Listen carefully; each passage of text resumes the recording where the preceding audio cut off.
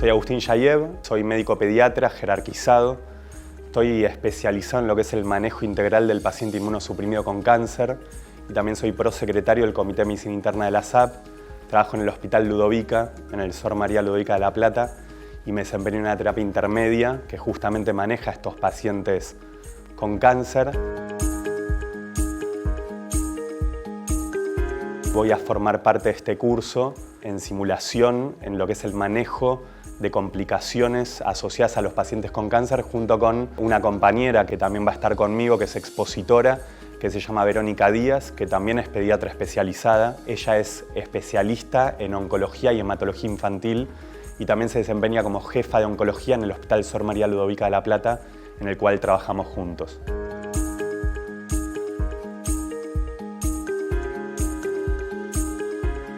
En el Hospital de Niños Sor María Ludovica de La Plata es un hospital de derivación provincial de muchas patologías, dentro de las cuales está justamente la patología oncológica. Hay pacientes con ciertas complicaciones asociadas a su enfermedad o mismo por el debut de su enfermedad que requieren de ciertos cuidados que contamos en hospitales de alta complejidad como es el hospital. Tenemos amplia experiencia en lo que es el manejo de estos pacientes y se permite una detección precoz, el diagnóstico y el tratamiento tanto de la enfermedad como de las complicaciones asociadas que puedan ir apareciendo. Cuando hablamos del cáncer infantil, en pediatría podemos separar en dos grandes grupos a esta patología, que es la patología más oncológica, y con eso referimos a los tumores sólidos y también lo que son las leucemias agudas. Dentro de los tumores sólidos, lo más frecuente es el cáncer en sistema nervioso central, los tumores cerebrales, que tienen una clínica específica, y también algunos tumores, ya sean huesos o en otros órganos, que requieren un tratamiento específico con su oncólogo de cabecera. Así como hablamos de los tumores sólidos, hay otra patología también oncológica, que son las leucemias agudas, que tienen formas de presentación distintas y que tienen manejo y tratamiento también diferente. Y dentro de las leucemias, recordemos que la fisiopatología de las mismas tiene que ver justamente con que en la médula, que es la fábrica de nuestra sangre, no se producen normalmente los distintos elementos que componen la sangre, y por eso tenemos ese déficit y nuestros problemas en lo que es la inmunidad y en lo que es también la coagulación de la sangre. Entonces tenemos esos dos grandes grupos, tratados por oncólogos los tumores sólidos y por hematólogos lo que son las leucemias agudas, y todo esto justamente tiene soporte en el hospital del cual formo parte.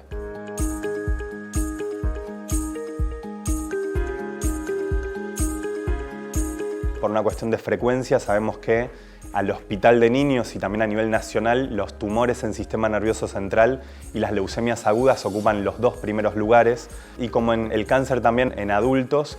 en pediatría sucede que hay ciertos factores predisponentes, ya sean hereditarios o ambientales, que tienen que ver con el desarrollo de estas patologías. Es real que dentro de los factores genéticos o hereditarios hay ciertas enfermedades que predisponen a los chicos a que puedan tener algún tipo de cáncer infantil. Por dar un ejemplo, la hemihipertrofia infantil puede predisponer a tumores tanto hepáticos como renales en los chicos, y eso también viene heredado. Y así como factores hereditarios, hay factores ambientales. Lo más claro siempre en el cáncer es el humo, más allá de si proviene del cigarrillo, de ciertas fábricas, pero se sabe que es un factor que puede tener relación con el desarrollo o generar un ambiente propicio para que estos tipos de cánceres se puedan desarrollar.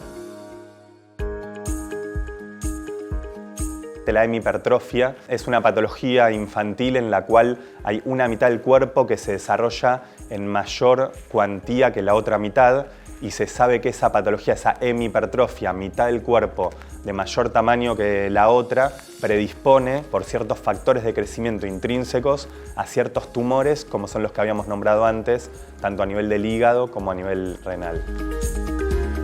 Respecto a las formas de presentación en realidad del cáncer en pediatría, depende del tumor, vamos a tener distintos síntomas o signos que van a acompañar a esas patologías.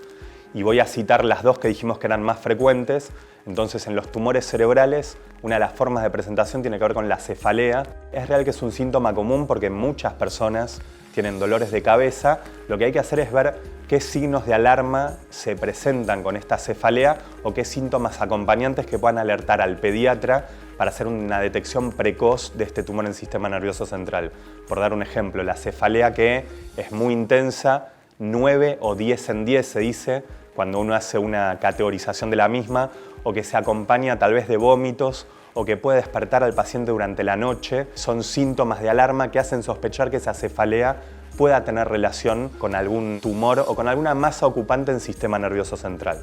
Y así como eso pasa con los tumores en sistema nervioso central, los pacientes con una leucemia aguda que tienen bajas sus defensas, lo que les puede pasar es que están más predispuestos a tener infecciones, pero además de eso se genera un síndrome de repercusión general en donde el paciente suele estar más cansado, están asténicos, no quieren comer, entonces son pacientes que vienen arrastrando de 1 a 2 semanas o a veces un poco más de tiempo estos síntomas generales propios de todo cáncer infantil que tiene que ver con la disminución del apetito, el cansancio, y eso es fácilmente detectado en general por los padres. Y tal vez sí, la fortaleza de los pediatras, por ser síntomas a veces muy comunes, es poder ir relacionando estos distintos signos o síntomas que llevan a sospechar tempranamente en que puede haber una enfermedad grave atrás de esto.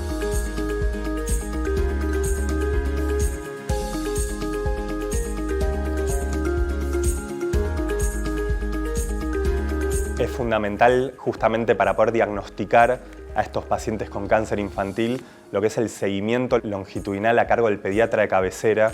porque en realidad estos síntomas pueden aparecer mismo en los controles de salud o en la gran mayoría de las veces es en los intervalos en donde ven a su pediatra. Por eso es que es importante tener a alguien de cabecera frente al cual, ante la aparición de estos síntomas, la persona o los padres en este caso puedan consultar y así el pediatra con un interrogatorio y un examen físico de ese bebé o de ese niño pueden arribar a una sospecha diagnóstica y siempre es importante a partir de la clínica después apoyarse en distintos estudios complementarios dentro de las cuales están las imágenes o mismo las muestras de sangre. Entonces, volviendo a los 2 ejemplos que damos, por frecuencia los tumores en sistema nervioso central frente a una sospecha clínica, una neuroimagen, que es una tomografía o de primera elección una resonancia de ser posible, es lo que va a llevar justamente a confirmar ese diagnóstico. Y así como hablamos de los tumores cerebrales, cuando hablamos de leucemias agudas frente a un laboratorio, una muestra de sangre, y con eso hablamos fácilmente de un hemograma, se puede ver cómo las series que están en la sangre,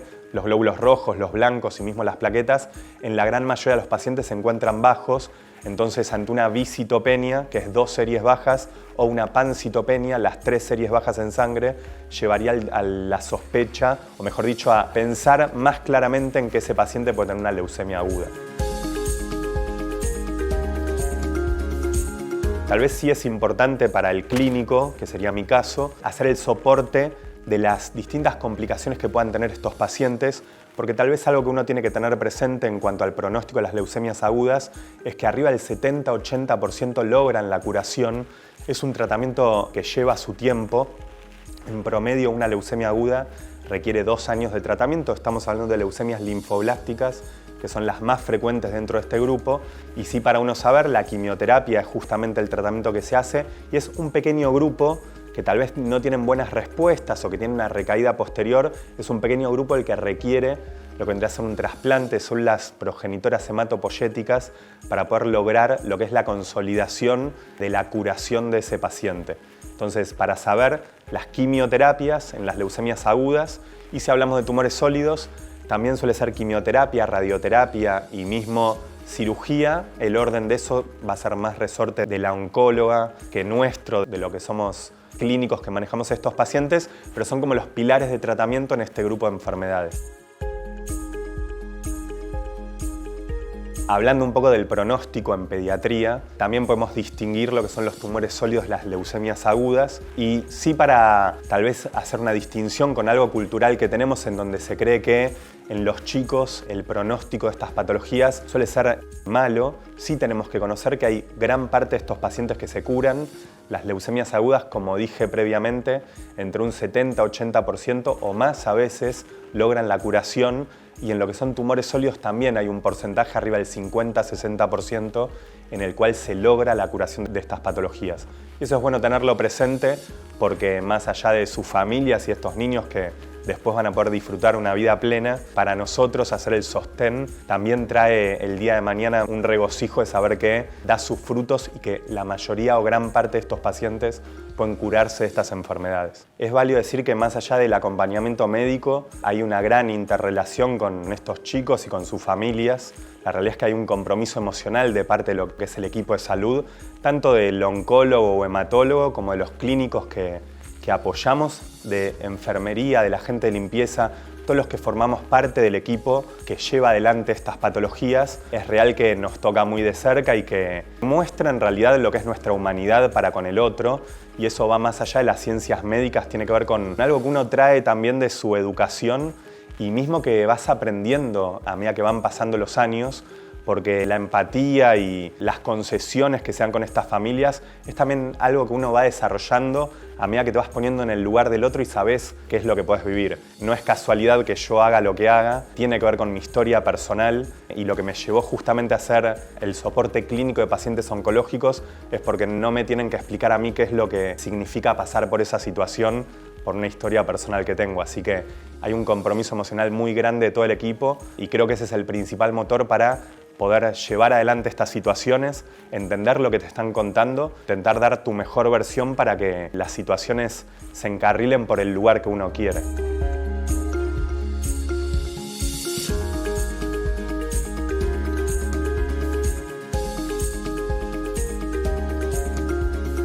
En el Centro de Simulación de FEMEVA, en Inspire, lo que vamos a hacer es presentar este curso que tiene que ver con el manejo de las complicaciones más frecuentes que tienen los pacientes oncológicos pediátricos. Y cuando hablamos de estas complicaciones hablamos tanto del síndrome de hipertensión endocraniana, que es propio más de los tumores en sistema nervioso central, de las lisis tumorales, que esto sí es una complicación potencial en todos los pacientes que tienen cáncer, principalmente en los que tienen leucemia aguda, lo que es la compresión medular, que tiene que ver también con otros tumores sólidos que pueden estar alrededor de lo que es la columna vertebral y mismo la médula. Y así como vamos a hablar de estas complicaciones, también vamos a hablar de la neutropenia febril, que es en realidad eventos que van teniendo estos pacientes y que sabemos que tienen 7 a 10 eventos de neutropenia febril durante el transcurso de su enfermedad, y que eso sí, lo más importante es el soporte clínico que hacemos nosotros. Y también vamos a hablar de algunas reacciones o eventos adversos tanto a hemoderivados como a la quimioterapia. Hay una primera etapa en la cual cada uno de estos temas que fui citando va a haber en realidad una exposición de parte nuestra que se va a poder hacer online obviamente y en diferido, y a su vez también va a haber ciertos casos clínicos que vamos a poder llevar adelante. Y así como van a tener material teórico y mismo presentaciones orales, la fortaleza de este curso tiene que ver con la simulación, que es una de las dos grandes estrategias de aprendizaje que hoy por hoy bogan no solamente acá en Argentina, sino en el mundo, y que eso se va a desarrollar en el transcurso de todo un día con distintos escenarios clínicos a partir de los cuales los que participen justamente de este curso van a poder estar en situaciones hipotéticas, pero que también son de nuestra realidad diaria, en donde puedan desarrollar distintas competencias y habilidades técnicas que les permitan el día de mañana, ante la presentación de estas enfermedades o sus complicaciones, poder actuar más efectivamente en el caso real. Acá obviamente al ser simulación es adquirir la práctica para el día de mañana poder ser más efectivos en nuestro desempeño diario de estos pacientes. Un punto importante a destacar del curso tiene que ver con la comunicación de malas noticias. Tenemos que saber que en el transcurso del tratamiento de estos pacientes aparecen estas complicaciones, y así como complicaciones puede ser que el pronóstico no sea el que uno esperaba. Por lo tanto es algo importante en el desarrollo de todo profesional que forma parte de estos equipos de acompañamiento de pacientes con cáncer y sus familias, lo que es el desarrollo de saber cómo comunicar a estas familias, tanto las cosas buenas como las cosas malas, y de eso se va a ocupar un poco Karina, en ver de qué manera tiene que estar dispuesto uno, por dar ejemplos simples, pero siempre con el cuerpo un poco erguido hacia adelante, intentar no tener ni piernas ni brazos cruzados, el tono de voz que utilizamos para justamente dar estas noticias, el encontrar un lugar adecuado y un ambiente propicio para poder hablar con estos padres. Hay algo que a veces se nos escapa a nosotros, pero a veces en nuestro diálogo podemos decir cosas que para nosotros no revisten mayor importancia, y lo que uno tiene que saber es que lo que está llegando del otro lado sobre un hijo que tiene una enfermedad grave son palabras que muchas veces quedan marcadas a fuego, y lo que para nosotros puede ser algo de menor importancia, en un padre puede generar mucho impacto. Entonces, en esta comunicación, que también es algo que está en auge ya en las últimas décadas y que tiene que ver con esta empatía que generamos con el paciente, es importante, así como se puede indicar una quimioterapia o se puede tratar una complicación grave clínica en un paciente, es igual de importante lo que es comunicar estas cosas a las familias que están detrás de estos niños.